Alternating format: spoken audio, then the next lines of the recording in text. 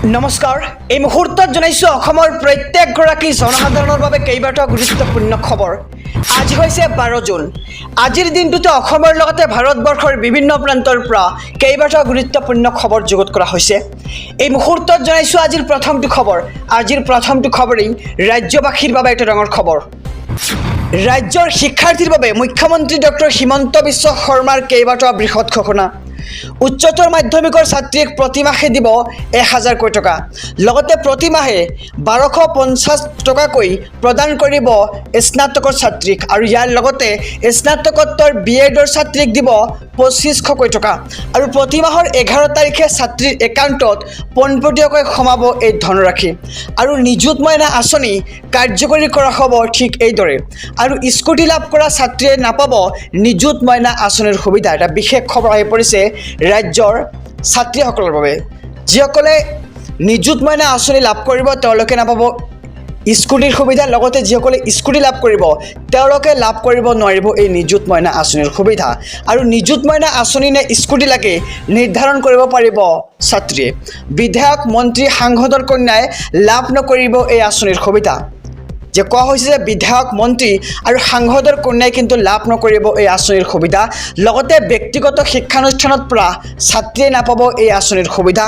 আৰু জুলাই মাহৰ পৰাই বিতৰণ কৰা হ'ব নিযুত মইনা আঁচনিৰ প্ৰপত্ৰ। আৰু স্নাতক পৰ্যায়ত বিবাহিত ছাত্ৰীয়ে নাপাব এই আঁচনিৰ ধন, আৰু এই সুবিধা দিয়া নহ'ব আধাতে শিক্ষা সাং কৰা ছাত্ৰীক। আৰু নিযুত মইনা আঁচনিৰ বাবে 3000 কোটি টকা ধাৰ্য কৰা হৈছে চৰকাৰৰ ফালৰ পৰা। আৰু ৰাজ্যৰ শিক্ষাৰ্থীৰ বাবে মুখ্যমন্ত্ৰী হিমন্ত বিশ্ব শৰ্মাৰ কেইবাটাও বৃহৎ ঘোষণা। আমি খবৰটো সবিশেষ জনাইছোঁ SB অসম মিডিয়াৰ সমূহ দৰ্শকক। এই মুহূৰ্তত জনাইছোঁ আজিৰ দ্বিতীয় নম্বৰ খবৰটো। কিয় অভাৱনীয় হাৰত বাঢ়িছে শাক পাচলিৰ দাম? ৰাজ্যৰ বজাৰত আকাশলংঘী মূল্য বৃদ্ধিক লৈ জনতাৰ মাজত হাহাকাৰ। তাৰ মাজতেই দাম বৃদ্ধিক লৈ মুখ্যমন্ত্ৰী হিমন্ত বিশ্ব শৰ্মাৰ উদ্বিগ্নতা প্ৰকাশ।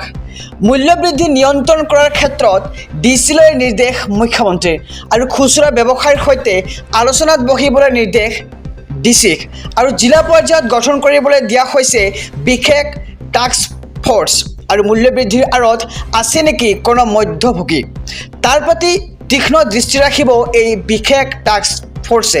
আৰু কিয় অভাৱনীয় হাৰত বৃদ্ধি হৈছে শাক পাচলিৰ দাম? ৰাজ্যৰ বজাৰত আকাশলংঘী মূল্য বৃদ্ধিক লৈ জনতাৰ মাজত এতিয়া হাহাকাৰৰ সৃষ্টি হৈছে, আৰু ইয়াৰ মাজতেই দাম বৃদ্ধিক লৈ মুখ্যমন্ত্ৰী হিমন্ত বিশ্ব শৰ্মাৰ উদ্বিগ্নতা প্ৰকাশ। এই মুহূৰ্তত জনাইছোঁ আজিৰ তৃতীয় নম্বৰ খবৰটো। অসমৰ ৰাজনীতিৰ এটা ডাঙৰ খবৰ। 2025 চনৰ আগষ্টলৈকে ৰাজনীতি নকৰাৰ কথা উল্লেখ কৰিছে মুখ্যমন্ত্ৰী ডক্টৰ হিমন্ত বিশ্ব শৰ্মাই। ৰাজনীতিৰ পৰিৱৰ্তে ৰাজ্যৰ উন্নয়নতহে মন দিব মুখ্যমন্ত্ৰীয়ে।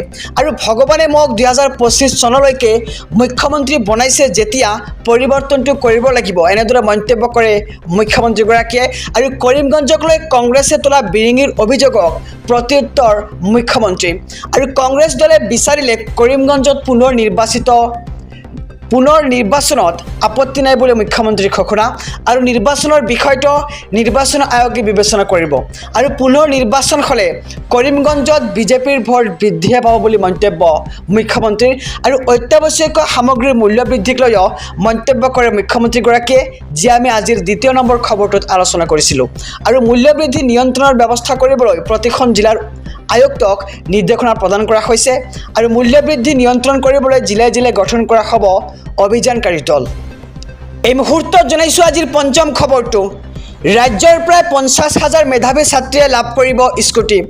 এইবাৰ HSত 60% নম্বৰ লাভ কৰা সকলেও পাব স্কুটি, কিন্তু অহা বৰ্ষত 75% নম্বৰ লাভ কৰা সকলোহে লাভ কৰিব স্কুটি। আৰু স্কুটি সলনি নিযুত মইনা আঁচনিৰ ধনৰ বাবেও কৰিব পাৰিব আবেদন। আৰু স্কুটি সলনি ছাত্ৰীয়ে মাহেকত লাভ কৰিব ধন। এই ঘোষণা কৰে ৰাজ্যৰ মুখ্যমন্ত্ৰী ডক্টৰ হিমন্ত বিশ্ব শৰ্মাই। আকৌ জনাইছোঁ খবৰটো যে ৰাজ্যৰ প্ৰায় 50,000 মেধাৱী ছাত্ৰীয়ে লাভ কৰিব স্কুটি। আৰু এইবাৰ HSত অৰ্থাৎ উচ্চতৰ মাধ্যমিকত 60% নম্বৰ লাভ কৰা সকলেও পাব স্কুটি, কিন্তু অহা বৰ্ষত 75% নম্বৰ লাভ কৰা সকলেহে লাভ কৰিব এই স্কুটি।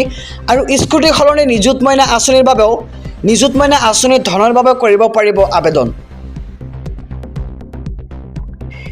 দেশৰ কোটি কোটি জনতাৰ বাবে বৃহৎ ঘোষণা মোদী চৰকাৰৰ প্ৰথমটো ডাঙৰ সিদ্ধান্ত 141 কোটি জনতালৈ কেইবাটাও বৃহৎ ঘোষণা কৰা হৈছে আৰু দেশত নতুনকৈ নিৰ্মাণ হ'ব 3 কোটি PMAY ঘৰ আৰু ইতিমধ্যে দেশত সম্পূৰ্ণ হৈছে 4 কোটি 21 লাখ PMAY বাসগৃহ অৰ্থাৎ ঘৰ আৰু ঘৰৰ লগতে থাকিব কেইবাটাও বিনামূলীয়া সুযোগ সুবিধা PMAY ঘৰৰ লগতে লাভ কৰিব চৰকাৰী শৌচালয় আৰু খোৱা পানী ৰন্ধন গেছ আৰু বিদ্যুৎ সংযোগৰ সুবিধা প্ৰদান কৰা হ'ব এইবাৰ আৰু তৃতীয়টো কাৰ্যকালৰ প্ৰথমটো পদক্ষেপতে কৃষকলৈ আহি পৰিছে ভাল খবৰ কিয়নো এইবাৰ PM কিষাণ নিধি পুঁজিৰ ফাইলত স্বাক্ষৰ কৰিলে নৰেন্দ্ৰ মোদীয়ে আৰু 17 সংখ্যক কিস্তি মুকলি কৰি দিলে প্ৰধানমন্ত্ৰী মোদীয়ে আৰু 9.3 কোটি কৃষকৰ বাবে 20,000 কোটি টকা মুকলি কৰা হৈছে আৰু দেশৰ কোটি কোটি জনতাৰ বাবে বৃহৎ ঘোষণা কৰিছে মোদী চৰকাৰে আৰু